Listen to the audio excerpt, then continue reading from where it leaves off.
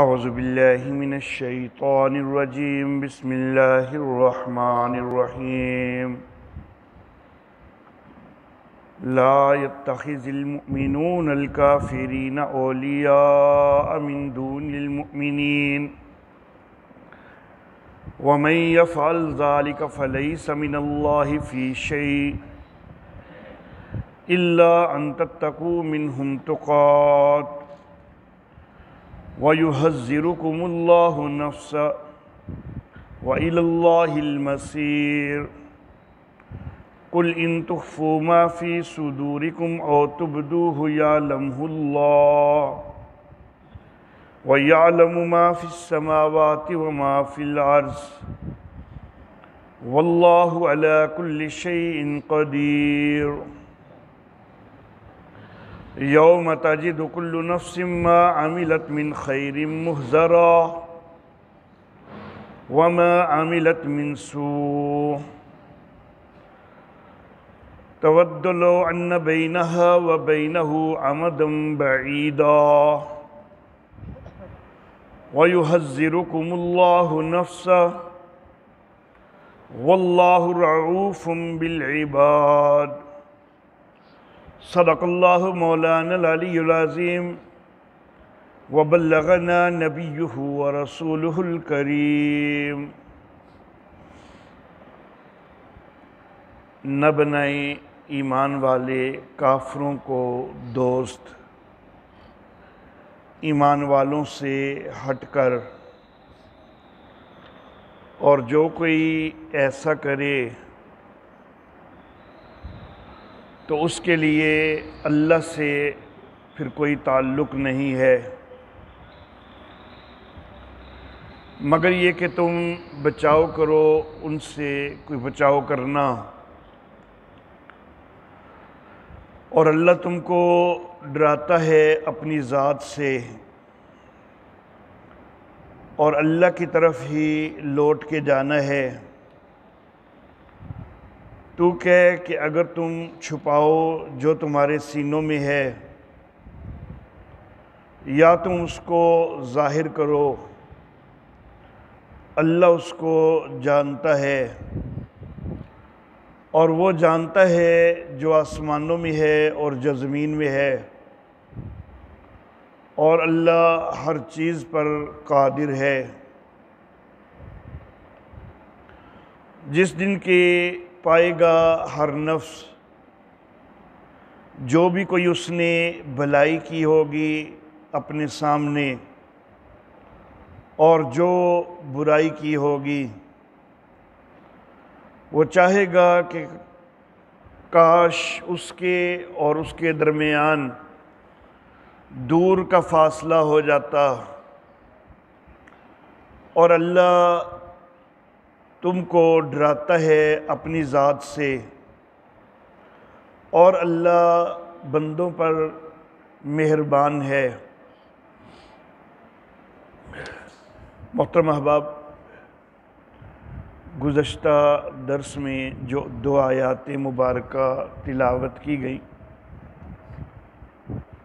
وہ تیسری آیات توحید تھیں سورہ آل عمران میں۔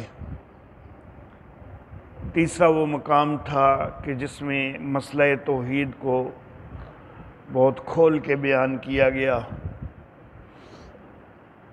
اب جس وقت مسئلہ توحید بار بار کھول کے بیان کیا جا رہا ہے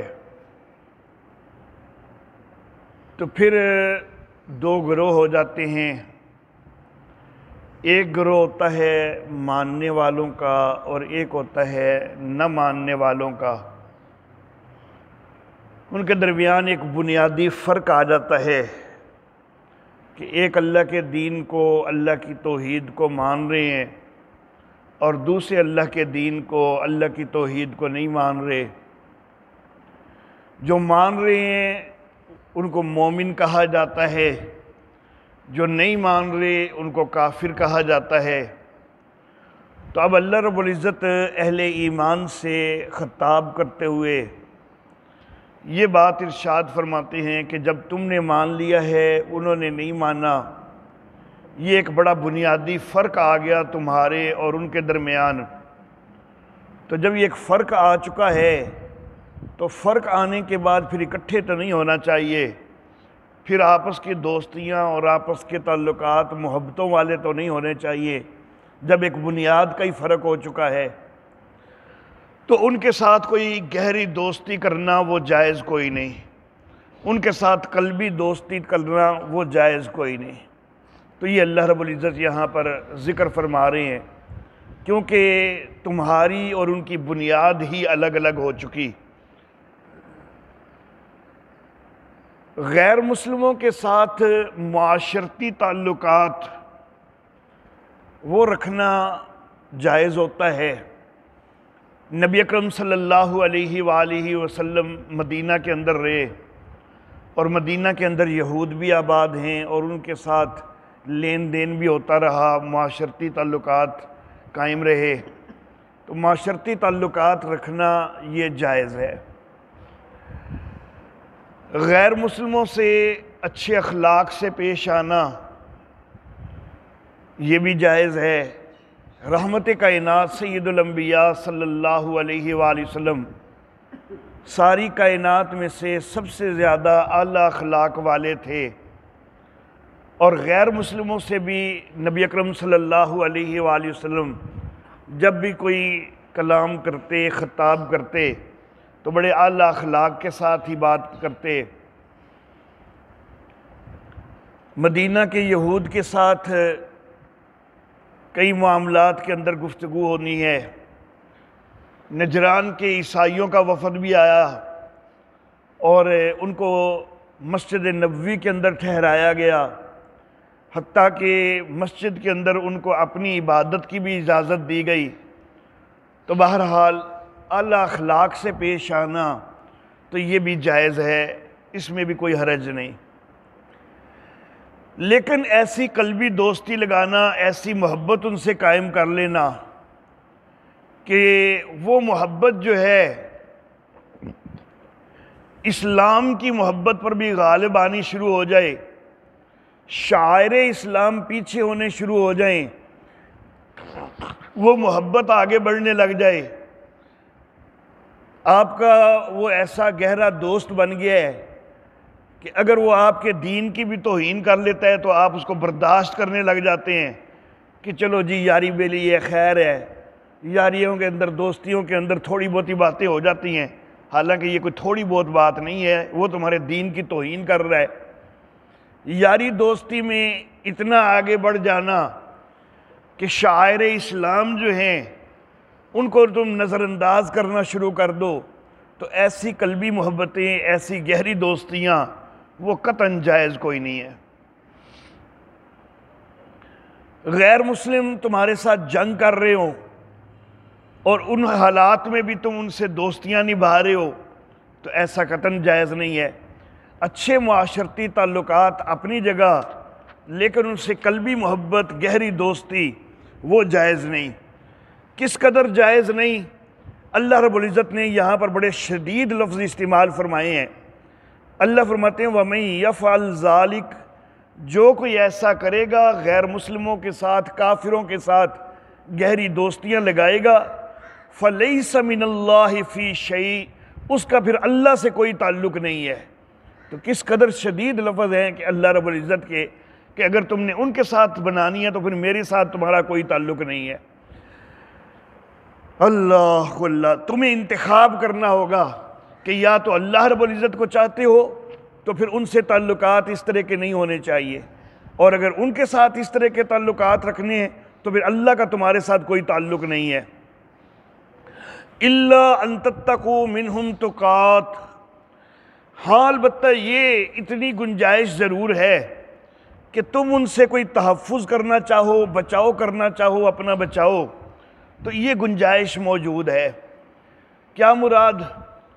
مراد یہ کہ غیر مسلموں کے اندر تم ایسے پھنس جاؤ کہ وہ تمہاری جان کے درپے ہو رہے ہوں، تمہاری عزت کے درپے ہو رہے ہوں، اپنی جان بچانے کے لیے تم کہہ دو کہ میرا تمہارے ساتھ ہی تعلق ہے، میں تمہارا ہی ہوں، تو اس طرح کی بات کر دینا وہ جائز ہو جاتی ہے اپنی جان بچانے کے لیے، اپنی عزت بچانے کے لیے۔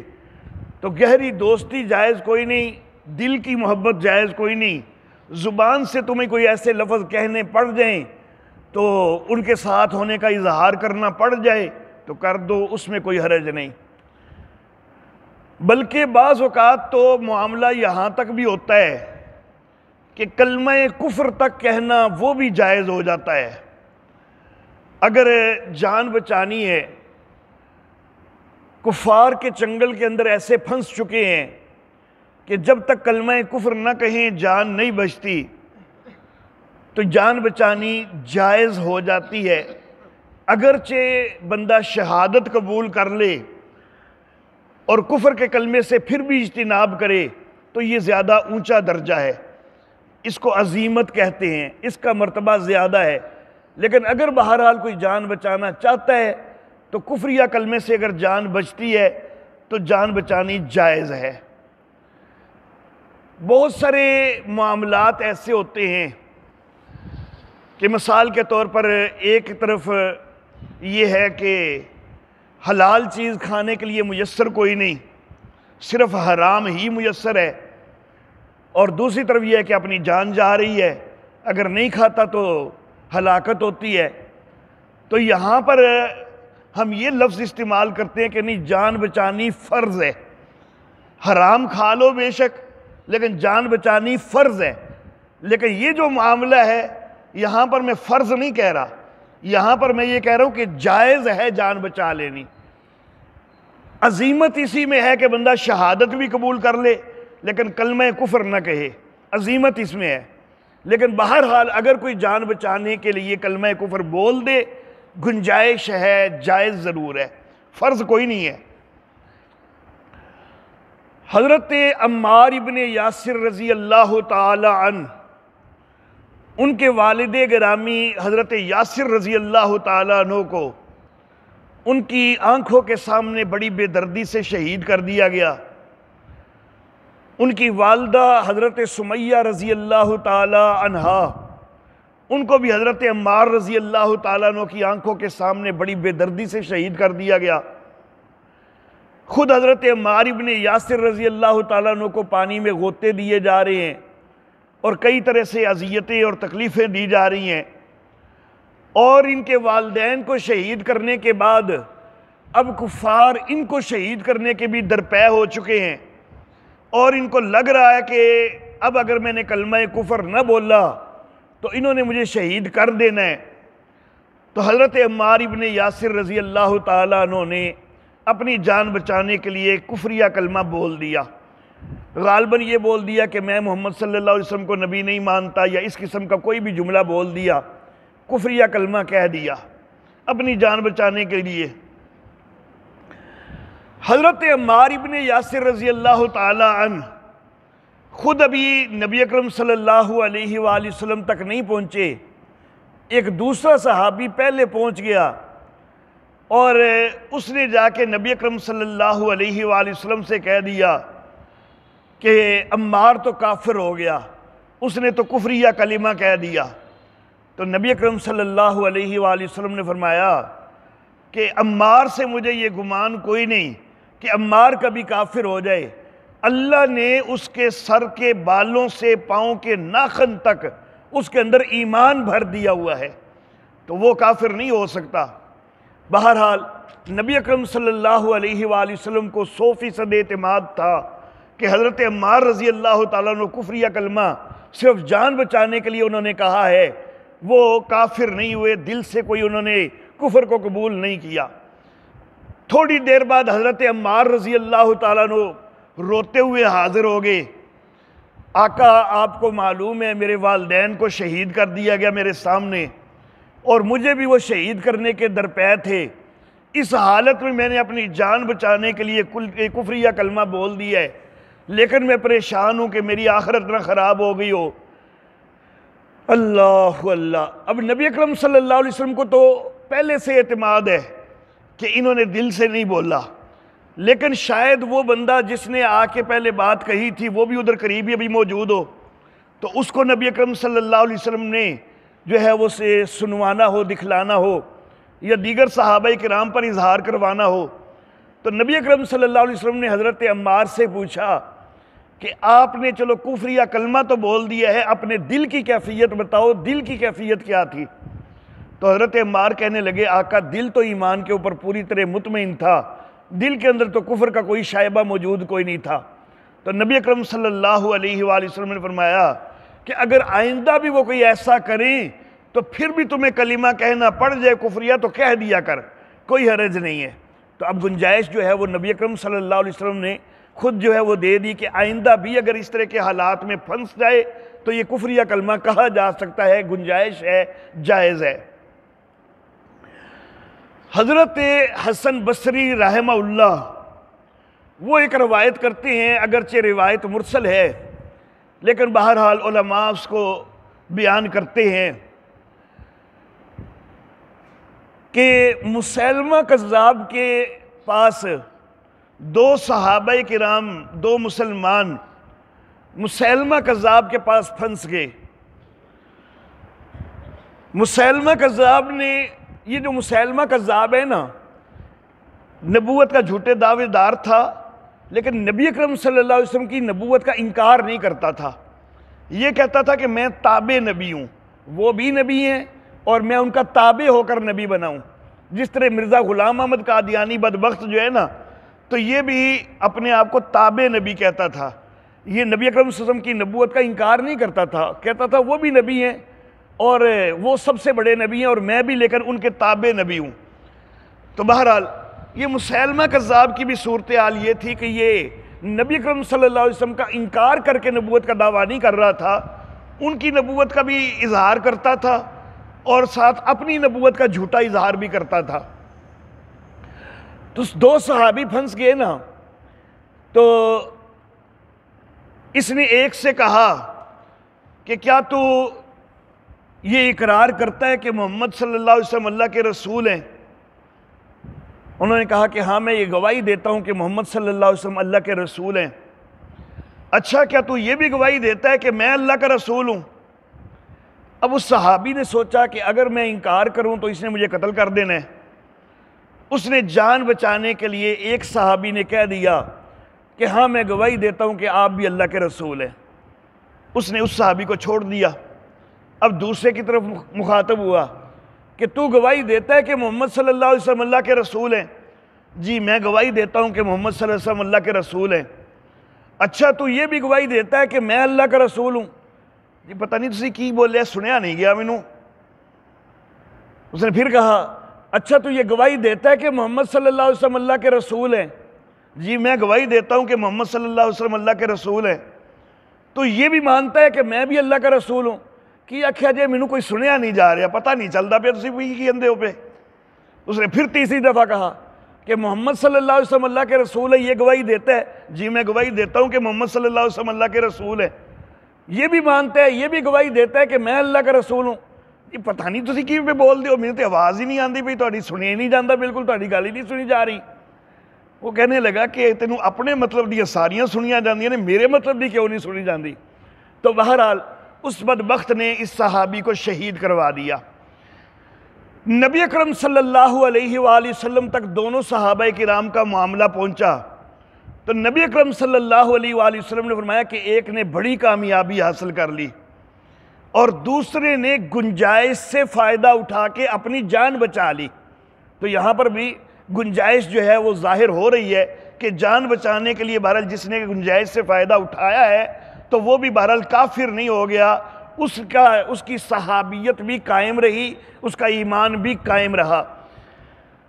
اللہ اللہ، لیکن عظیمت اسی میں ہے۔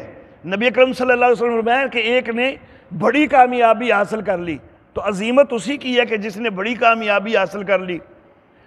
تو بہرحال کفریہ کلمہ کہہ دینا اس کی گنجائش ہوتی ہے، جواز بن جاتا ہے جب حالات ایسے ہوں کہ بندے کے جان پر بنی ہو، عزت پر بنی ہو۔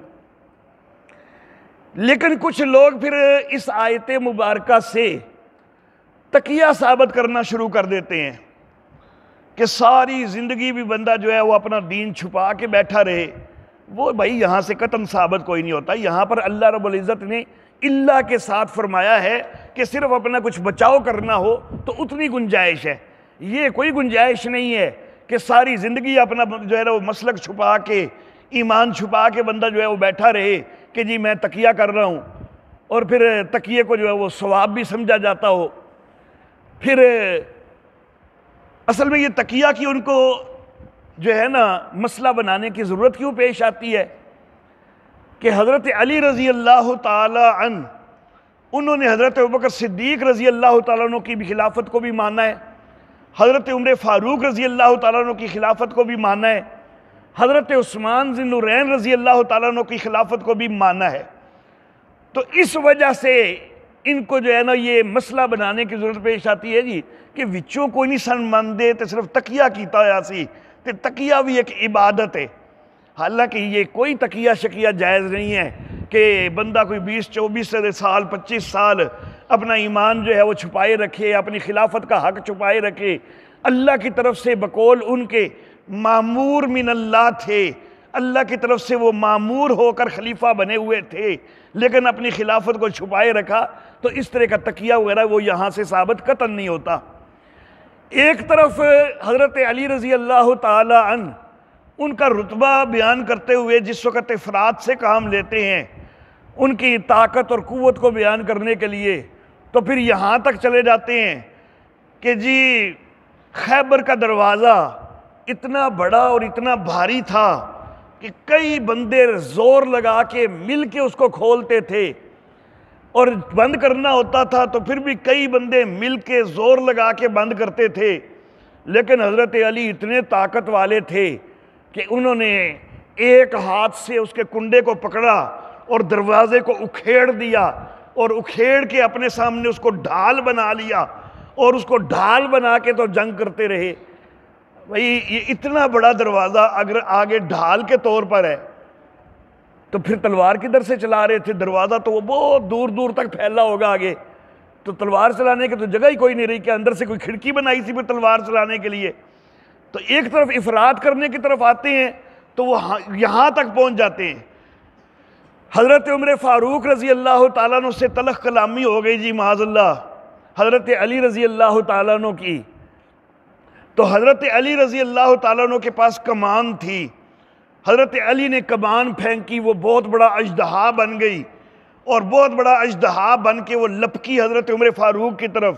حضرت عمر فاروق ڈر گئے، اور ڈر کے جو ہے حضرت عمر فاروق کہنے لگے علی بچانا مجھے اس سے، علی مجھے اس سے بچانا۔ تو ایک طرف ان کے پاس اتنی بڑی عجیب و غریب کمان موجود ہے جو کہ حضرت عمر فاروق کو ڈرا رہی ہے، اور دوسری طرف اسی عمر فاروق کی خلافت کو وہ تسلیم کر کے تو دل کے اندر اپنی خلافت کا جو ہے نا وہ رکھ کے بیٹھے ہوئے ہیں اور اظہار نہیں کر رہے، تقیہ کر رہے ہیں۔ تو یہ کیسے یہاں سے جائز ہو سکتا ہے؟ تقیہ اپنی جان بچانے کے لیے جائز ہوتا ہے، اور جو مختار کل ہے تمہارے نزدیک وہ سب کچھ کر سکنے والا ہے، اس کو اپنی جان بچانے کی ضرورت ہے؟ وہ تو سب کچھ کر سکنے والا ہے، وہ تو بقول تمہارے حضرت ابوبکر صدیق حضرت عمر فاروق سے بہت بھاری ہے۔ اللہ اللہ۔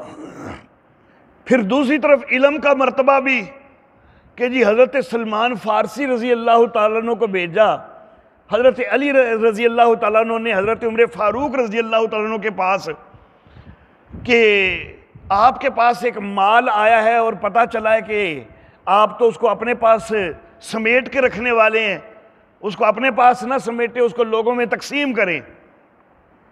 حضرت عمر فاروق حیران ششدر ہیں، علی نے یہ پیغام بھیجا، علی کو کیسے پتہ چلا کہ میرے پاس مال آیا؟ یہ مال تو آیا ہی بڑے خفیہ طریقے سے ہے، علی کو کیسے پتہ چلا؟ تو حضرت سلمان فارسی نے کہا کہ یہ تو چھوٹی سی چیز ہے، علی کو تو بہت کچھ پتہ ہے۔ اچھا ٹھیک ہے، علی کو بتا دو کہ میں مال جو ہے وہ تقسیم کروں گا۔ اور چونکہ عمر فاروق کے دل میں وہی اژدہے والا ڈر بیٹھا ہوا تھا نا، تو اس لیے یہ فوراً مان گئے کہ میں مال تقسیم کروں گا، میں اپنے پاس سمیٹ کے نہیں رکھوں گا۔ پھر حضرت سلمان فارسی واپس آئے گے حضرت علی کے پاس، تو حضرت علی نے کہا کہ سلمان میں تمہیں بتاؤں ساری گفتگو تمہاری کیا ہوئی ہے ادھر؟ تو ایک طرف اس بندے کے پاس علم بھی اتنا زیادہ ہے کہ وہ غیب دان ہے، دوسری طرف وہ مختار کل ہے، اور غیب دان بھی ہو مختار کل بھی ہو، اور پھر وہ ڈر کے بیٹھا رہے، تکیہ کر کے بیٹھا رہے، تو یہ کیسے جائز ہو سکتا ہے؟ تو یہ اس آیت مبارکہ سے غلط فائدہ اٹھانے کی کوشش کی جاتی ہے، حالانکہ آیت مبارکہ کے اندر واضح طور پر صرف بچاؤ کا تذکرہ ہے کہ اپنا کوئی تحفظ کرنا ہو، اس کے لیے کوئی بات کرنی پڑ جائے، اس کے لیے کوئی ان سے اچھا تعلق ظاہر کرنا پڑ جائے تو اتنی سی گنجائش ہے، جبکہ اپنے اوپر بنی ہوئی ہو۔ اور حضرت علی کے اوپر جبکہ وہ تمہارے نزدیک ہیں ہی مختار کل، تو ان کے اوپر کیسے بنی ہوئی ہو سکتی ہے؟ وَيُحَذِّرُكُمُ اللَّهُ نَفْسَهُ، اور تم کو اللہ اپنی ذات سے ڈراتا ہے۔ اللہ اللہ، یہاں پر یہ کہا نا کہ اگر دشمن کا ڈر ہو، تحفظ کرنا پڑ جائے، اپنا بچاؤ کرنا پڑ جائے، تو پھر کوئی چلو ان سے تعلق وغیرہ کا اظہار کرنا پڑ جائے تو خیر ہے، لیکن ساتھ ہی یہ کہہ دیا کہ لیکن اصل ڈر جو ہے وہ اللہ کا ہونا چاہیے، جو حقیقی ڈر ہے وہ اللہ کا ہونا چاہیے۔ اللہ اپنی ذات سے تم کو ڈراتا ہے، وَإِلَى اللَّهِ الْمَصِيرُ، اور اللہ کی طرف لوٹ کے جانا ہے، تو وہاں پر ساری باتوں کا جواب دہ بھی ہونا ہے کہ تم نے اگر ان کے ساتھ کوئی تعلق بنایا ہے تو کیا وہ واقعی صرف اپنی جان بچانے کے لیے بنایا ہے یا کوئی گہری دوستی کر لی ہے؟ اللہ کو تمہارے سارے حالات کا پتہ ہے۔ قُلْ إِن تُخْفُوا مَا فِي صُدُورِكُمْ أَوْ تُبْدُوهُ يَعْلَمْهُ اللَّهُ، اللہ کی بارگاہ میں پیش ہونا ہے نا، اور اللہ نے تمہیں بتلا دیا کہ دوستیاں کوئی نہیں کرنی ان سے، کوئی قلبی تعلق قائم کوئی نہیں کرنا، تو جو تم اگر قلبی تعلق قائم کرو گے تمہارے دل کا معاملہ ہے، اگر تم اس کو دل میں چھپا کے رکھو گے یا بے شک تم اس کو ظاہر کرو گے، اللہ تو سب کچھ جانتا ہی جانتا ہے، اللہ سے نہیں تم چھپا سکتے ہو۔ وَيَعْلَمُ مَا فِي السَّمَاوَاتِ وَمَا فِي الْأَرْضِ، اور صرف تمہارے دل کی ہی کیا بات، وہ اللہ تو جو کچھ آسمانوں میں ہے وہ سب کچھ جانتا ہے، جو کچھ زمین میں ہے وہ سب کچھ جانتا ہے۔ انسانی وجود کو عالم اصغر کہا جاتا ہے، اور یہ جو کائنات ہے اس کو عالم اکبر کہا جاتا ہے۔ تو اللہ فرماتے ہیں کہ تمہارا عالم اصغر کا ایک چھوٹا سا ٹکڑا، تمہارے دل کی کیفیت، کیا میں اس کو نہیں جانوں گا؟ جبکہ میں تو عالم اکبر کے بھی ایک ایک ذرے کو جانتا ہوں، ساری کائنات کی ہر چیز کو جانتا ہوں، تو مجھے سب کچھ علم ہے۔ واللہ علی کل شیء قدیر، اور اللہ ہر چیز پر قادر ہے۔ پہلے اللہ رب العزت کے علم کا تذکرہ ہوا کہ جو تم اپنے دلوں کے اندر چھپاؤ یا ظاہر کرو سب کچھ اللہ جانتا ہے، آسمانوں اور زمین کی ساری چیزوں کو بھی جانتا ہے، یہ اللہ کے علم کا اظہار ہوا۔ اور واللہ علی کل شیء قدیر، اللہ ہر چیز پر قادر ہے، یہ اللہ کے اختیار کا اظہار ہوا۔ اور یہ دو بنیادیں ہیں مسئلہ توحید کی کہ کلی علم رکھنے والا بھی اللہ ہی اور کلی اختیار رکھنے والا بھی اللہ ہی۔ اور آپ دروس سنتے آ رہے ہیں اور کئی دفعہ جو ہے وہ میں نشاندہی کر چکا ہوں کہ یہ دو بنیادیں قرآن حکیم کے اندر بارہا اکٹھی آئی ہیں، اللہ کے علم کا اور اللہ کے اختیار کا جو مسئلہ ہے کہ کلی علم بھی اللہ ہی کے پاس ہے، کلی اختیار بھی اللہ ہی کے پاس ہے، یہاں پر بھی یہ دونوں بنیادیں اکٹھی آئیں اور کئی مقامات پر یہ اکٹھی آئی ہیں۔ یوم تجد کل نفس ما عملت، وہ پیچھے آیا تھا نا کہ اللہ کی طرف لوٹ کے جانا ہے، تو لوٹ کے جانا ہے اس دن میں کہ جس دن ہر نفس جو اس نے کوئی بھلائی کی ہوگی وہ بھی اپنے سامنے پا لے گا، اور اگر کوئی اس نے برائی کی ہے تو وہ بھی اپنے سامنے پا لے گا۔ اگر عظیمت اختیار کی ہے تو یہ بھلائی ہے، اس کو بھی اپنے سامنے پا لے گا۔ اگر صرف اپنی جان بچانے کے لیے کلمہ کفر کہنا پڑ گیا ہے تو یہ بھی جو ہے وہ کوئی گناہ والی بات نہیں ہے، اس کو بھی اپنے سامنے پا لے گا۔ لیکن اگر ان کے ساتھ قلبی دوستیاں کی ہیں، ان کے ساتھ قلبی تعلق بنائے ہیں، ان کے ساتھ محبتیں رکھی ہیں، تو اس کو بھی اللہ جان لے گا۔ اللہ جانتا ہے سب کچھ جو ہے وہ وہاں پر سامنے پا لے گا بندہ۔ تود لو ان بینہا و بینہ امدا بعیدا، جس وقت وہ اپنے گناہوں کو سامنے پائے گا نا تو خواہش کرے گا کاش میرے اور اس کے درمیان دور کا فاصلہ ہوتا، آج یہ گناہ میرے سامنے آ رہا ہے، کاش یہ میرے سامنے نہ آتا۔ دنیا کے اندر گناہ کی ایک اٹریکشن تھی کہ جس کی وجہ سے میں بھاگ بھاگ کے گناہ کی طرف متوجہ ہوتا تھا، کاش کہ میں دنیا کے اندر اس گناہ سے بڑا دور رہا ہوتا، آج بھی اس گناہ کے سامنے آنے سے میں بڑا دور ہو جاتا، لیکن دنیا کے اندر چونکہ گناہ کے اندر ملوث ہو گیا، بھاگ بھاگ کے گناہ کے اندر گیا، تو پھر آج بھی یہاں پر گناہ کا سامنا کرنا پڑے گا۔ وَيُحَذِّرُكُمُ اللَّهُ نَفْسَ، پچھلی آیت مبارکہ میں بھی یہ بات فرمائی، یہاں پر ایک آیت سے پچھلی آیت، وہاں پر خاص طور پر انسان کی اپنی ایک جو ہے وہ دل کی کیفیت وغیرہ کے متعلق یہ بات فرمائی، اور یہاں پر بات زیادہ وسعت کے ساتھ فرمائی کہ کوئی بھی گناہ ہو تو اللہ رب العزت کی بارگاہ میں جب پہنچنا ہے وہ گناہ سامنے آ جائے گا، اور اللہ رب العزت تمہیں اپنی ذات سے ڈراتے ہیں۔ واللہ رعوف بالعباد، اور اللہ شفقت کرنے والے ہیں بندوں پر۔ اگر ایمان قبول کرتے ہو، نیکیاں اختیار کرتے ہو تو اللہ شفقت کرنے والے بھی ہیں، لیکن اگر گناہوں کے اندر جو ہے وہ مبتلا ہوتے ہو تو اللہ تم کو اپنی ذات سے ڈراتا ہے۔ تو اللہ رب العزت ہمیں نیکیوں کی، ایمان کی، صحیح عقیدے کے اوپر قائم رہنے کی توفیق عطا فرمائے، اور اللہ رب العزت کا ہم سے شفقت والا معاملہ رہے ہمیشہ۔ وآخر دعوانا ان الحمدللہ رب العالمین۔